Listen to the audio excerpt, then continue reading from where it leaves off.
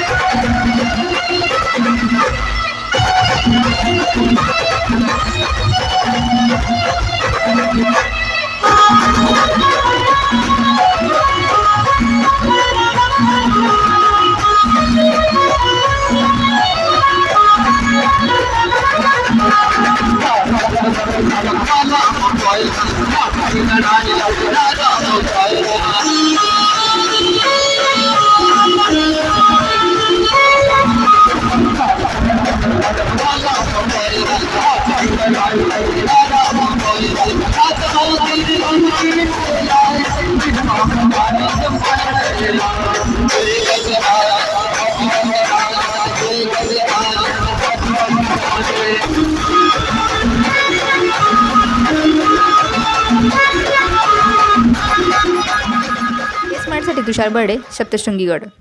नाशिक येथे कर्जदार शेतकऱ्यांचा मेळावा. नाशिक येथे कर्जदार शेतकऱ्यांचा रविवार दिनांक 10 मार्च 2024 रोजी दुपारी 2 वाजता जनार्दन स्वामी आश्रम 10वा मैल ओझरमीक निफाड येथे मेळाव्याचे आयोजन केले आहे.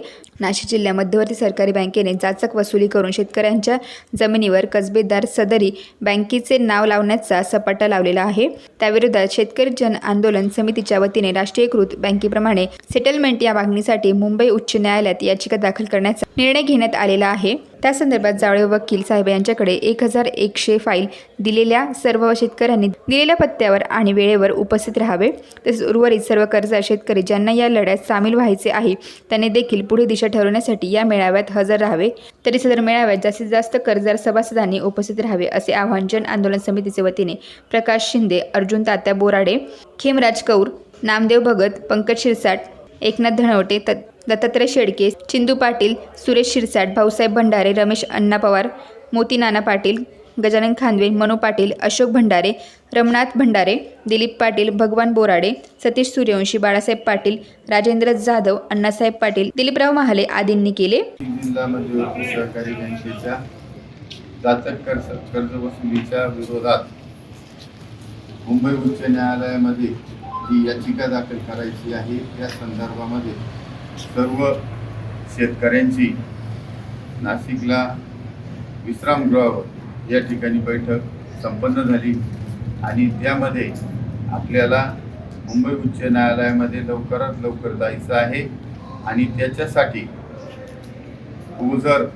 येथे सर्व शेतकऱ्यांची बैठक येत्या 2-3 दिवसामध्ये कर्जदार शेतकऱ्यांचा मेळावा आयोजित करण्याचं ठरवलेलं आहे. तरी त्यासाठी सर्व इथं उपस्थित कार्यकर्त्यांनी सर्व शेतकऱ्यांना त्या कर्जदार शेतकऱ्यांच्या मेळाव्याला उपस्थित राहण्याचं आव्हान करावं अशी मी त्यांना विनंती करतो आणि यासाठी आपण लवकरात लवकर याचिका मुंबई उच्च न्यायालयात दाखल करू. त्यासाठी सर्व शेतकरी कटिबद्ध झालेले आहेत. धन्यवाद. येस मराठीसाठी नारायण राजगुरू, 10वा मैल ओझरमीक. आई भवानी माता महिला पतसंस्थेकडून 150 महिलांचा सन्मान. महिला दिनी उपक्रम. सोनांबे येथील आई भवानी माता महिला ग्रामीण बिगर शेती सहकारी पतसंस्थेच्या वतीने सोनांबे व परिसरातील कर्तृत्ववान महिलांचा पुष्पगुच्छ व सन्मानचिन्ह देऊन जागतिक महिला दिनानिमित्त 8 मार्च रोजी भव्य सत्कार करण्यात आला. सेवानिवृत्त मुख्याध्यापिका चंद्रकला पवार यांच्या अध्यक्षतेखाली झालेल्या या कार्यक्रमात शिवडे जनता विद्यालयाच्या मुख्याध्यापिका माधुरी रोहम, सरपंच जनार्दन पवार,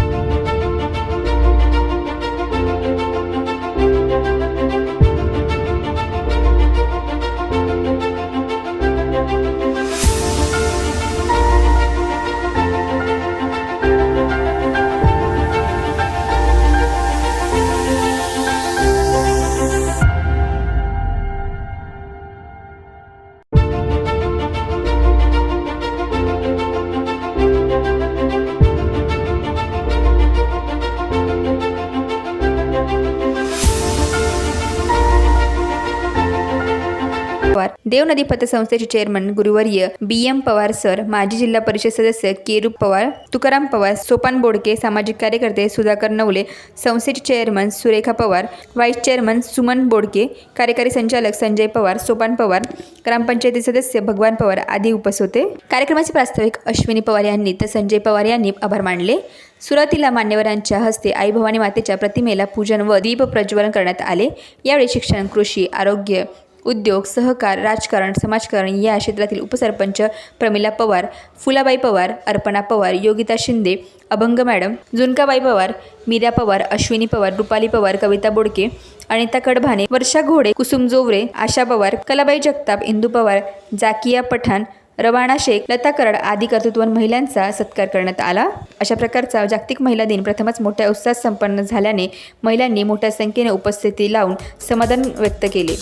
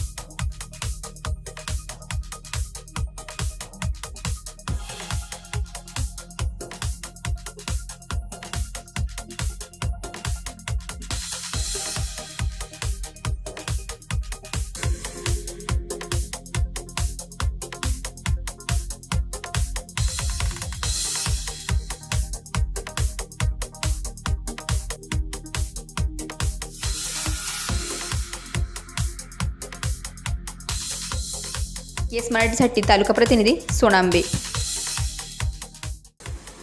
नमस्कार, मी साक्षी अणस आणि येस मराठी न्यूजमध्ये आपलं स्वागत। पाहूया त्याच्या ठळक घडामोडी।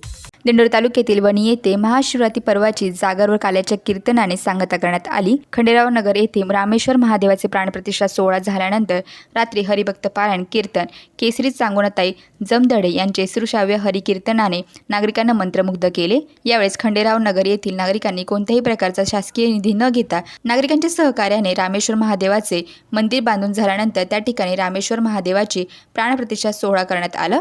आज फार मोठ्या मनाने श्रद्धेने माझी भक्ती करतो। हे भगवान शिवाला वाटलं, पहिले सांगितलं भगवान शिव ही देवता फार भोळी आहे आणि या देवतेनं पार्वती मातेला सांगितलं, पार्वती मातेला सांगितलं, नंतर भगवान शिवानं बघितलं आपली जी काही दूत आहे ती दूत त्या ठिकाणी पाठवली, कैलासाहून दूत तिथपर्यंत गेली।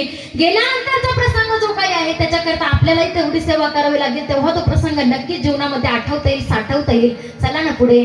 तिथं ती दूत गेल्यानंतर बघितलं त्या ठिकाणी जी सेवा अर्चा घडली होती त्या सेवेचं अर्चेचं पुण्याचं फळ म्हणून त्या ठिकाणी त्या भिल्लाला सांगताय, त्या कुळाला, त्या पारध्याला सांगताय। इथं आल्यानंतर जी काही या ठिकाणी टेन्शन मध्ये होता, रागामध्ये होता, पण त्या रागामध्ये असताना, टेन्शन मध्ये असताना त्या ठिकाणी शिकारी करता जरी आला होता तरी त्या ठिकाणी माझे कळत ना कळत योगायोगानं तुमच्या हातून माझी सेवा घडल्या गेली। म्हणून आज तुम्हाला जो मार्ग आहे तो तुम्हाला नेण्याकरता मी त्या ठिकाणी आलेलो आहोत। जिथं न्यायचंय तर कैलासामध्ये आता नेण्याकरता तिथं तुमची जागा त्या ठिकाणी ठरलेली आहे, तिथं नेण्याकरता मला सांगण्याचं तात्पर्य एकच आहे, सिद्धांताकडे मला वळायचं ऐका ना। पहिली कृपा केली चोरावरती, दुसरी कृपा केली घारीवरती, तिसरी कृपा केली देवानं ज्याच्यावरती केली तो होता भूतसेन नावाचा चाकर, अर्थात भिल्ल कुळामध्ये जन्माला आलेला तो पारधी देवाचा, इंद्रादी देवाचा जो काही दूत होता, सेवेत चकारपणा घडल्यामुळे ज्याला त्या ठिकाणी तो जन्म प्राप्त झाला, त्याचा उद्धार करण्याकरता तुम्ही त्याच्यावरती कृपा केली।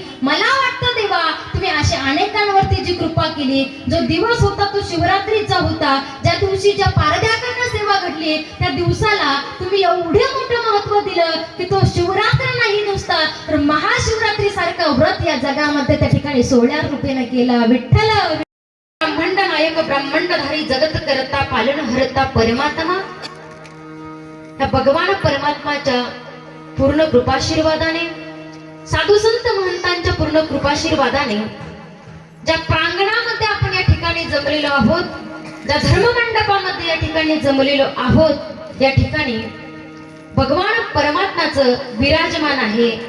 अर्थात आज ज्यांचा उत्सव आहे ते भगवान महादेव आहे. बरोबर आहे ना? भक्ती केलीत ना दिवसभर? उपवास केला? मागितलं देवाकडं?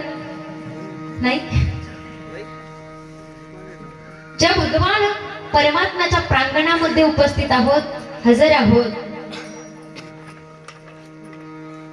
ती श्री रामेश्वर महादेव प्रतिष्ठापना सोहळा, भगवान महादेवांच्या मूर्तीची प्राणप्रतिष्ठा, पिंडाच्या त्या ठिकाणी प्राणप्रतिष्ठा सोहळा, आणि त्यातलं त्यात महत्वाचं कार्य, महत्वाचा पर्वकाळ म्हणजे माईबाप.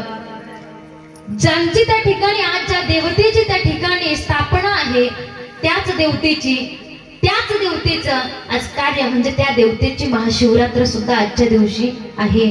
आणि असा हा महाशिवरात्री सारखा पर्वकाळ त्या ठिकाणी समस्त श्री रामेश्वर महादेव शिव परिवार खंडेराव नगर ह्या आयोजक मंडळी आहेत. या सर्व आयोजक मंडळींनी या ठिकाणी हा गोड असा भव्य दिव्य सोहळा या ठिकाणी घडून आणलेला आहे. विशेष रूपानं त्या सर्व आयोजक मंडळींचे एकदा जोरदार टाळ्यांचं चिंतन. देवाचं नाम माऊली कशाही स्वरूपात घ्या, तुम्ही काम अवस्थेमध्ये घ्या, टेन्शन मध्ये घ्या, कसंही घेतलं तरी ते नाम गोड आहे बरं का. देवाचं नाव नक्कीच गोड आहे देवाचं. एवढंच नाही, मला एक सांगा ना, वणीच्या देवीजवळ गेल्यानंतर तिथं पेढे विक्रीसाठी असताना पेढे विक्रीसाठी असतात. तो पेढ्याचा एखादा बॉक्स घेतला आणि एक पेढा त्यातनं काढला. फार रागात आहोत आम्ही, फार रागात आहोत, आणि रागामध्ये असताना त्यातला एक पेढा घेतला आणि तोंडामध्ये टाकला. तो पेढा कसा लागेल? खारट लागेल, तिखट लागेल, गोडच लागेल. ऐका ना, तसं टेन्शन मध्ये, किती टेन्शन मध्ये असू द्या, एकामेकावरती दगड घालण्याची वेळ आली ना माऊली, तरी सुद्धा समोरचा पेढा, तोच पेढा उचला आणि तोंडामध्ये टाका. कसा लागेल हो? कसा लागेल तो पेढा गोडच लागेल. पेढा त्या ठिकाणी कुठल्याही अवस्थेमध्ये असा, तुम्ही काम अवस्थेमध्ये असा, टेन्शन मध्ये असा, रागामध्ये असा, कशाही अवस्थेमध्ये असला ना, तरी सुद्धा यदा कदाचित जर त्या ठिकाणचा पेढा घेतला आणि तोंडामध्ये टाकला, पेढा जसा गोड लागतो तसं भगवंताचं नाम कुठल्याही अवस्थेमध्ये असा, तुम्ही त्या ठिकाणाहून जर सेवा घडली ना, ऐका ना, त्या ठिकाणी जर सेवा घडली तर त्या सेवेचं पुण्य हे नक्कीच मिळत असतं. विठ्ठल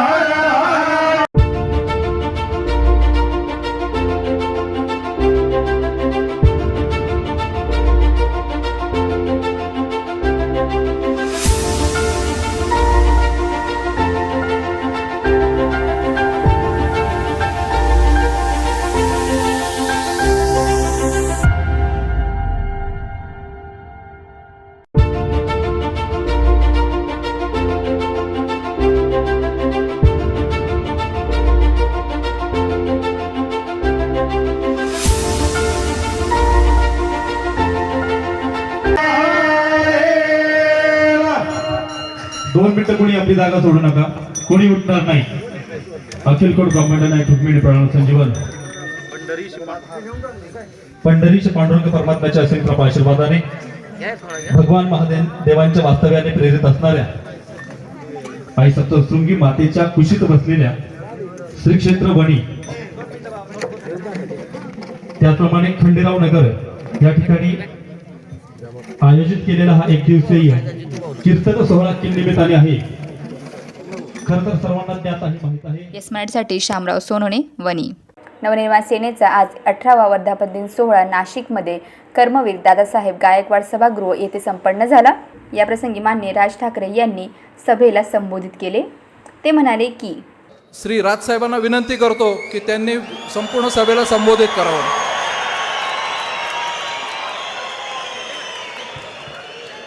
जमलेल्या माझ्या सर्व महाराष्ट्र सैनिक बांधवांनो आणि भगिनींनो, की हा सोशल मीडिया हा आपण कशा प्रकारे वापरला पाहिजे, राजकारणासाठी म्हणून याचा कसा वापर केला पाहिजे, लोकांपर्यंत तुम्ही कसे पोहोचलं पाहिजे, जे माध्यम इतकं पॉवरफुल, अत्यंत महत्त्वाचं माध्यम जे तुमच्या हातामध्ये आहे, ज्याच्याबरोबर तुम्ही रोज सकाळीपासून रात्रीपर्यंत खेळत असता, ते माध्यम तुम्ही कशा प्रकारे राजकीयदृष्ट्या वापरलं पाहिजे, ज्याचा उपयोग पक्षाला होऊ शकेल,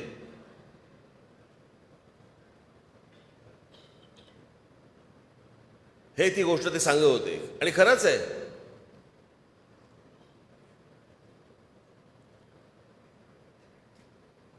माझ्याही बाबतीत काय काय टाकतात.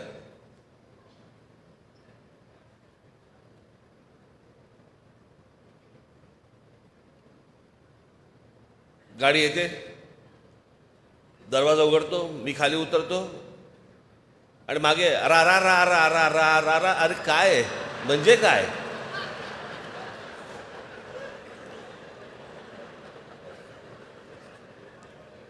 यातनं हाताला काय लागलं?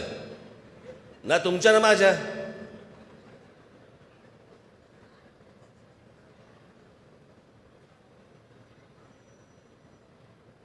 आणि मग काहीतरी आपल्या गाड्या दाखवायच्या, लाईट दाखवायचे, माणसं उतरताना दाखवायची, यातनं कोणीही ते पाहत नाही.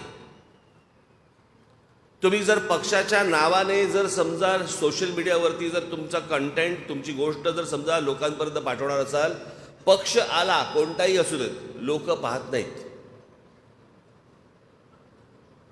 त्याच्याबद्दल जर समजा काहीतरी गोष्ट मिळणार असेल, त्यांना ऐकायला मिळणार असेल, पाहायला मिळणार असेल, तर लोक पाहतात, आणि ते पाहत नाहीत. असो, पण सोशल मीडियाचा कसा वापर करायचा याबद्दलचं मी केतन जोशी यांची मी काही व्याख्यानं मी काही शहरांमध्ये, जिल्ह्यांमध्ये आपल्या महाराष्ट्र सैनिकांसाठी ठेवणार आहे, की त्यांनी ते कसं वापरलं पाहिजे यासाठी. ज्यांना राजकीय महत्त्वाकांक्षा आहे त्यांनीच तिथे यावं. आज महाराष्ट्र नवनिर्माण सेनेला 18 वर्ष पूर्ण होत आहेत.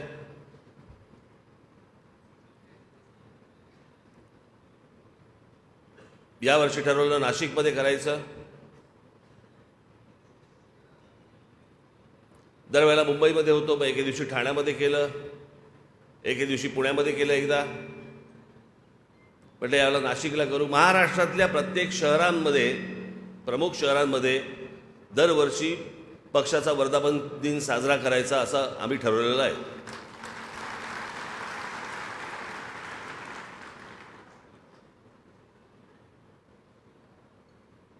आता पुढे कधी कुठच्या शहरामध्ये करायचा त्याचं बघू, आता कॉईन उडू.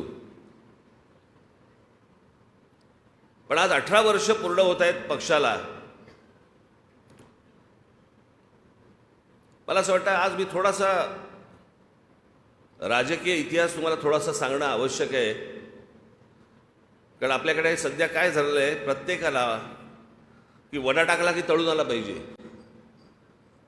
पण त्याच्यासाठी बटाटा शिजवावा लागतो, त्याच्यामध्ये अजून काही काही गोष्टी टाकाव्या लागतात.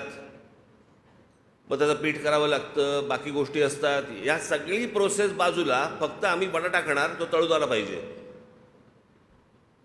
सगळ्या गोष्टी फास्ट फूड लेवलला गेल्यात.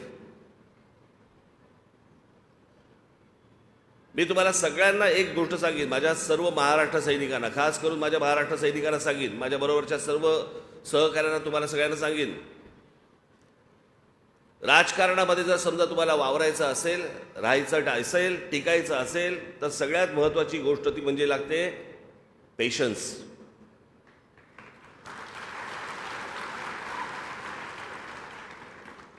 तुमच्या आजूबाजूचे इतर जे आपले राजकीय पक्ष आहेत यांचं यश तुम्हाला आत्ता दिसतंय.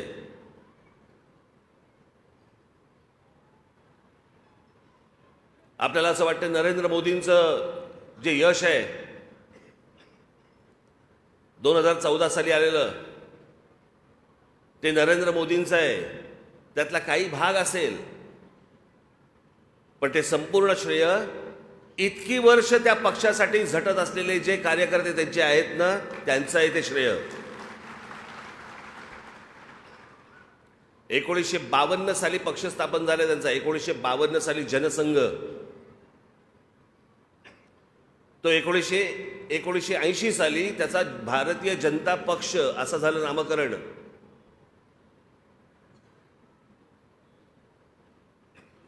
आणि 52 सालापासून इतक्या लोकांनी खस्ता खाल्लेल्या आहेत. त्याच्यामध्ये मग अडवाणीजी आले, अटलजी आले, सगळेच आले.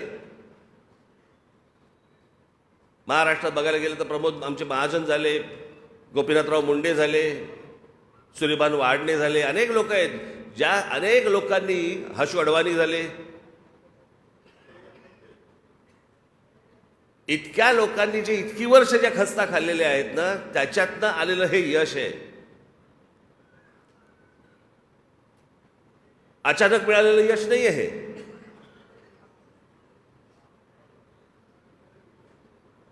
मग अटलजींचं सरकार ज्या वेळेला आलं ते देखील कसं आलं? पहिलं आलं किती 13 दिवसांचं, दुसरं आलं 13 महिन्याचं, नंतर आलं 4.5 वर्षाचं, नंतर परत 10 वर्ष काँग्रेस होती.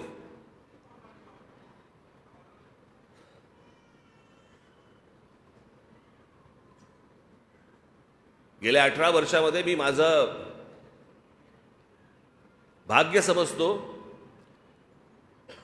की अनेक चढ उतार पाहिले, चढ कमीच पाहिले, उतारच जास्ती पाहिले, पण या संपूर्ण उतारामध्ये तुम्ही सगळेजण माझ्याबरोबर राहिलात.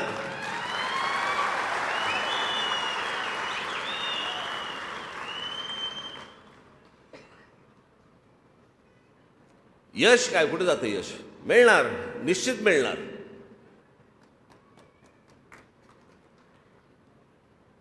ते यश मी तुम्हाला मिळवून देणार म्हणजे देणार, हा माझा शब्द आहे तुम्हाला. पण लागतं काय? पेशन्स. तो जर ठहराव जर समजा तुमच्यात नसेल, काही नाही, गोट्या कुठेतरी घरंगळत जाणार.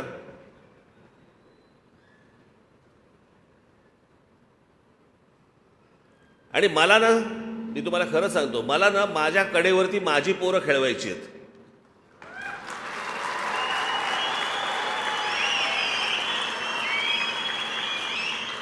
कारण सध्या महाराष्ट्रामध्ये काय झालंय, दुसऱ्याची पोरं कडेवरती घेऊन फिरण्यामध्ये जो आनंद मिळतोय, तसलं सुख नकोय मला. माझ्यात आहे ताकद तेवढी.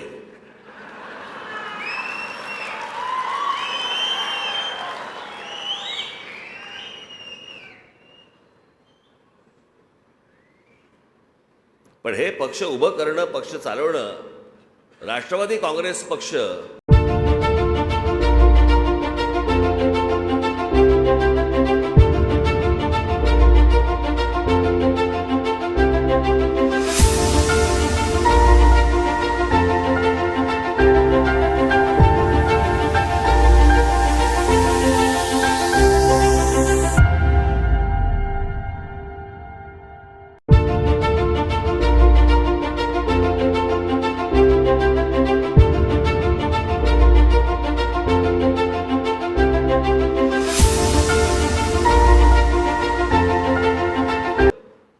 आपल्या आधी 10 वर्ष अगोदर आला, पण त्याला मी पक्ष नाही म्हणणार. तो निवडून येणाऱ्या माणसांची बांधलेली मोळी आहे ती. आणि शरद पवार साहेब हेच करत आले आजपर्यंत. जे जे निवडून येतात त्यांना बरोबर घेतात, त्याची एक मोळी बांधतात आणि सांगतात हा माझा पक्ष. ते वेगळे झाले तरी ते निवडून येणार आहेत. आता तर झालेच. पण या महाराष्ट्रामध्ये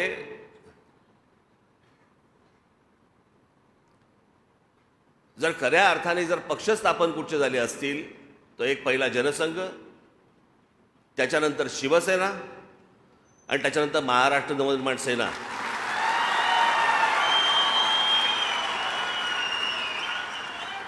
याच्यामधले 99% लोकांचा कधी कुठच्या राजकारणाशी काही संबंध नव्हता. इथे आमचा अविनाश जाधव कुठे बसला असेल, कुठे आहे? इथे.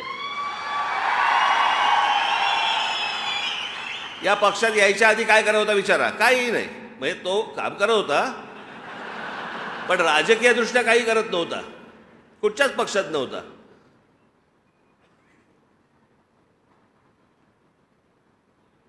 असे हजारो तरुणी या पक्षामध्ये आहेत की जे अनेक ठिकाणी नावारूपाला आले, मोठे झाले, होत आहेत, अजूनही होतील. तुमच्यातले अनेक आमदार होतील, नगरसेवक होतील.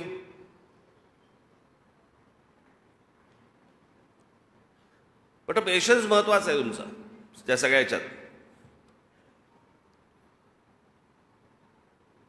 कारण हे पक्ष चालवत असताना काय असतं ना, आपल्याकडे हातपाय हलवले तरच मेहनत समजतात.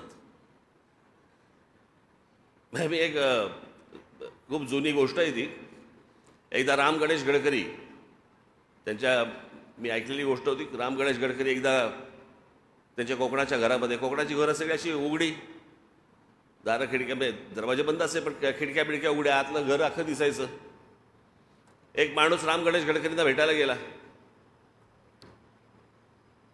त्याला खिडकीतून दिसलं राम गणेश गडकरी नुसते बसलेत तिथे. त्याने दरवाजावरती टकटक केली. त्यांच्या पत्नी आल्या. बोले काय? बोले मी जरा लांबून आलोय, गडकरी साहेबांना भेटायचंय, जरा सांगता का, जरा निरोप देता का, मी असं आलोय. ते बोले बसा तुम्ही बाहेर वरांड्यात, ते जरा कामात आहेत. अर्ध्या तासाने परत त्यांनी दरबार ठोकला. तो बोला अहो गडकरी साहेबांना सांगितलं का तुम्ही? ते बोले हो मी जरा सांगितलंय, तुम्ही बसा, ते जरा कामात आहेत. तिसऱ्या वेळेला तो भयंकर भडकला. तो म्हणतो नुसते बसलेत आणि हे सांगतायत मला कामात आहेत. मग तिसऱ्या वेळेला दरबार ठोकला. तो म्हणतो की तुम्ही कळवलं का त्यांना? ते बोलले हो मी त्यांना कळवलं, त्यांनी तुम्हाला सांगितलं बसा म्हणून, ते जरा कामात आहेत. म्हणतो बाईक कशाला खोटं बोलता माझ्याशी? मगापासून खिडकी बंद बघतो मी, नुसते बसलेत ते, आणि तुम्ही सांगता कामात आहेत. ते बोलते नुसते बसलेले जेव्हा असतात ना तेव्हाच ते कामात असतात. आपल्याकडे विचार करणं हे काम आहे हे कोणी मानतच नाही. हातापायाची धावपळ जेवढी करू आपण, हातापायाची धावपळ जेवढी करू त्यालाच मेहनत मानतात. पण विचार करणं याला मेहनतच नाही मानत.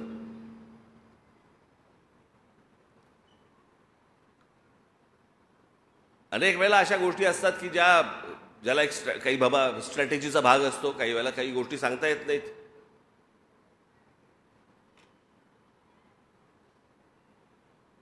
काही वेळेला तुमच्यासमोर एक चित्र वेगळं उभं राहतं. नशीब महाराजांच्या वेळेला सोशल मीडिया नव्हता.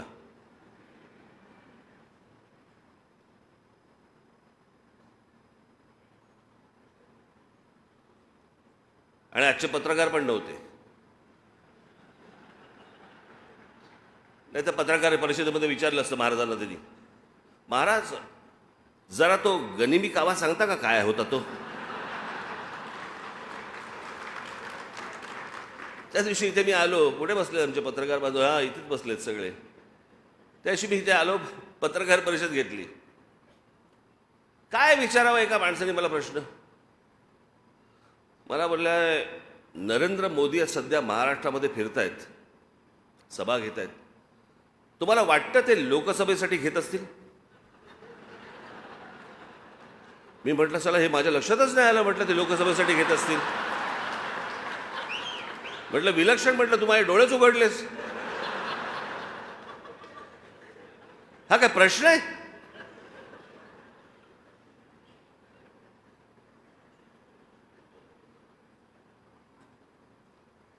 आज या वर्धापन दिनाच्या निमित्ताने सांगतोय मी तुम्हाला एक पहिली गोष्ट, मला जे काय बोलायचं आहे ना, भरपूर गोष्टी बोलायच्या आहेत, पण त्या 9 एप्रिलला गुढीपाडव्याच्या सभेला शिवतीर्थावर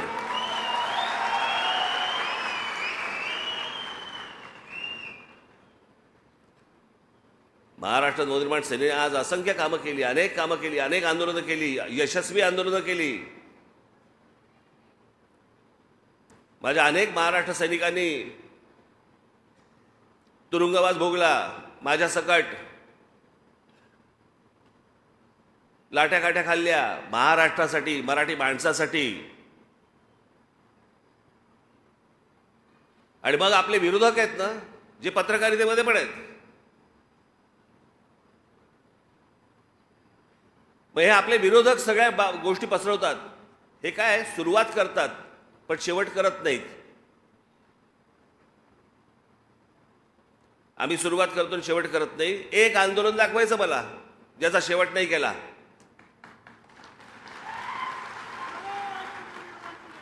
बाकीच्यांना प्रश्न नाही विचारणारे. मग आता आम्ही विचारतो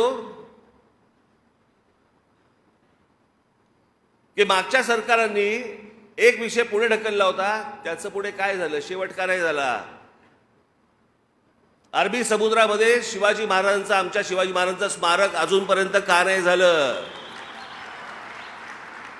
पंतप्रधान आले, फुलं वाहून गेले ना, काय झालं त्या फुलांचं? अशा कित्येक गोष्टी आहेत की ज्याच्यासाठी त्यांनी आंदोलनं केली पण त्याचा शेवट नाही झाला. महाराष्ट्र नवनिर्माण सेनेने जेवढी आंदोलनं केली त्याचा शेवट झाला. तुम्हाला मोबाईल फोनवरती मराठी ऐकू यायला लागलं.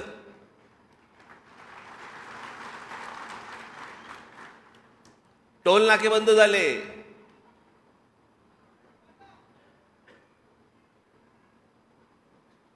पासष्ट 67 टोल नाके या महाराष्ट्रामधले बंद झाले.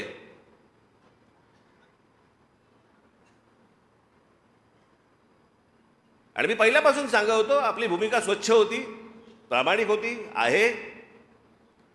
टोल तर जगभर चालतात. आमचं म्हणणं होतं तिथून टोलमधनं जे पैसे येतात ते किती येतात आणि जातात कुठे. आमचा मुंबई गोवा रस्ता अजूनही भीषण आहे. मुंबई नाशिक रस्ता भीषण झालाय. रस्ते आम्हाला नीट करता येत नाही, टोल वसूल करताय. मराठी पाट्या झाल्या.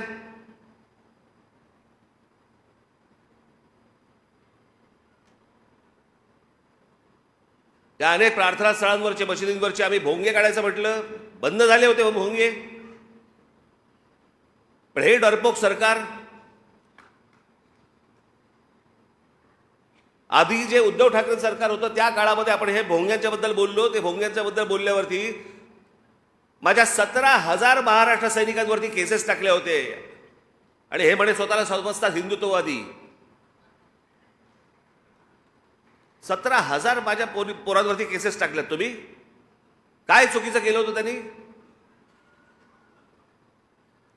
ज्या भोंग्यांचा मुस्लिम समाजालाही त्रास होतो,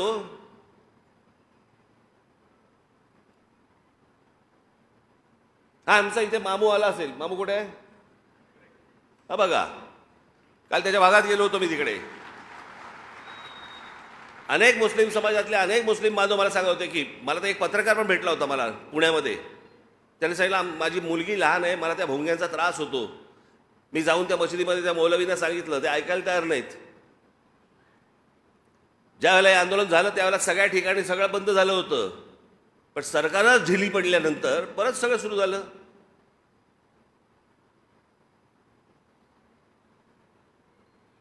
तुमच्या सगळ्यांच्या कष्टामधनं एकदा हे राज्य माझ्या हातात द्या, सगळे भोंगे एक साथ बंद करून टाकतो.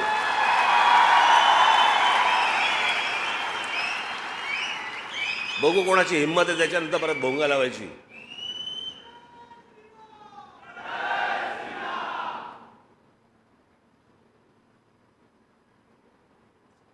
त्या समुद्रावरती अनधिकृत दर्गा बांधत होते, एका रात्रीत तोडायला लावला.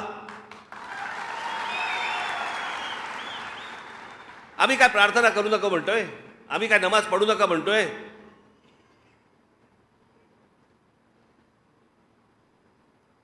आम्ही बाकीच्या कुठच्या गोष्टींना हात घालतोय? अरे समुद्रावरती हळूहळू हळूहळू सुरू करताय.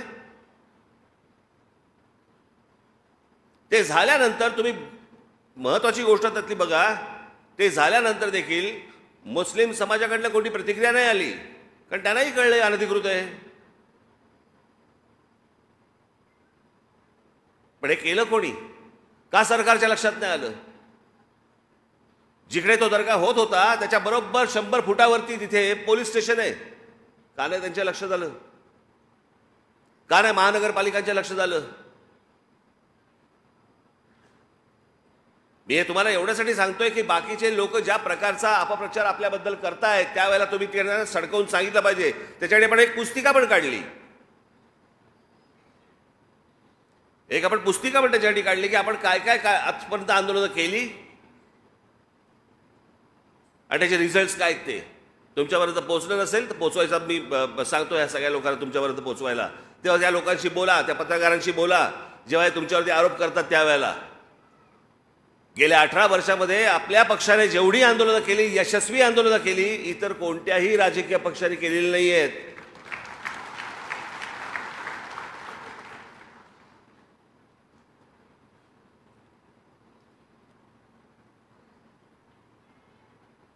हे सगळं चालू आहे ज्यावेळेला मी एखादी गोष्ट बोलतो आणि तुम्ही ज्यावेळेला रिॲक्ट होता त्याच्यावरती.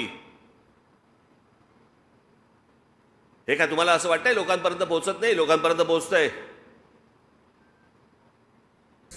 अशाच प्रकारच्या ताज्या घडामोडींसाठी येस मराठी न्यूज यूट्यूब चॅनलला शेअर करा, सबस्क्राईब करा, लाईक करा आणि पाहत राहा येस मराठी न्यूज.